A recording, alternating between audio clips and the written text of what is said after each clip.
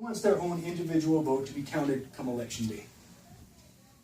Anyone who would prefer to vote for an unknown individual who is nominated by a party or political group at a closed-door state convention, who then votes for a candidate for you, please lower your hand. Everyone with their hands raised should realize that they have just opposed the Electoral College. Please go ahead and lower your hands. Did you know that many people believe that when they leave their homes to cast their vote on election day, that they're voting directly for the President of the United States of America, for the candidate which they intend to vote for? Not actually the case. Why aren't they? My name is Cameron Hare, and I propose to petition to abolish the Electoral College in order to replace it with a 100% popular vote in the United States presidential election process. Beginning with some history of the Electoral College, in order to understand its function and where it comes from, the idea of it when it first started, there was a time when the Electoral College was more relevant, when it made more sense. This time was in 1787, when there were only 13 states, some small, some large, only about 4 million people stretched up and down the Atlantic seaboard. They didn't have practical methods of transportation or communication, which made national campaigning extremely difficult. Most people would never come to know a candidate from another area, from another state, and everyone would thereby vote for the locals only.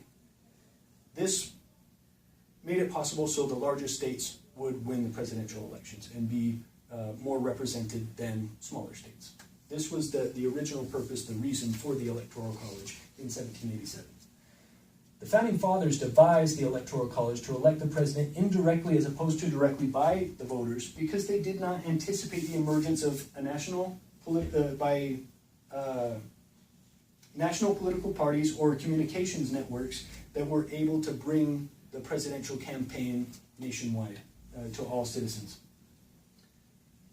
The Electoral College today is a result of a compromise reached during a 1787 convention that debated whether the people of the United States should elect their president by popular vote or by the U.S. Congress to vote for the president by appointment without any input from the people, from the population.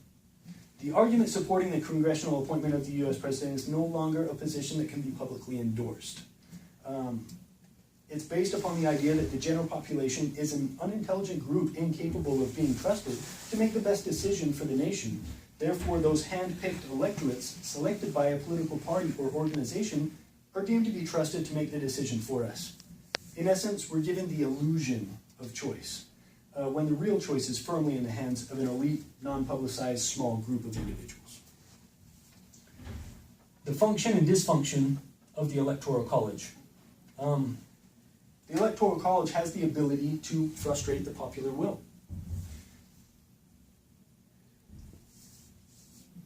A candidate may win the popular vote and lose the electorate, thereby losing the presidency based on a technicality. The most recent occurrence of this was in the 2000 race, where the U.S. Supreme Court ended up siding with the electorate and deciding on a U.S. president against the will of the people. The Electoral College distorts the campaign process and incentivizes candidates and parties to ignore their states, those states that either can't be won or lost. If they're strongly in favor of one party or another, or one candidate or another, there's no reason to campaign there. There's no reason to spend money there. They can't be won or lost. There's no reason for a candidate from an opposite party to go and spend money in the firm territory of their opponent. So that brings up the topic of swing states. Swing states now have more importance in the U.S. presidential election process because they could go either way, and therefore they get most of the concentration. The Electoral College distorts the campaign process and incentivizes candidates and parties to ignore those states that either can't be won or lost. Why would a candidate spend time and effort and millions of dollars attempting to win a state heavily in favor of another opponent? This is 4/5 of the nation, 40 states. So the Electoral College does not provide states with equal voting power. Small states are given an unproportionately large number of electoral votes in comparison to the population. Rhode Islanders, for example, may end up getting 4 times the weight of that of a Californian's or a Texan's vote.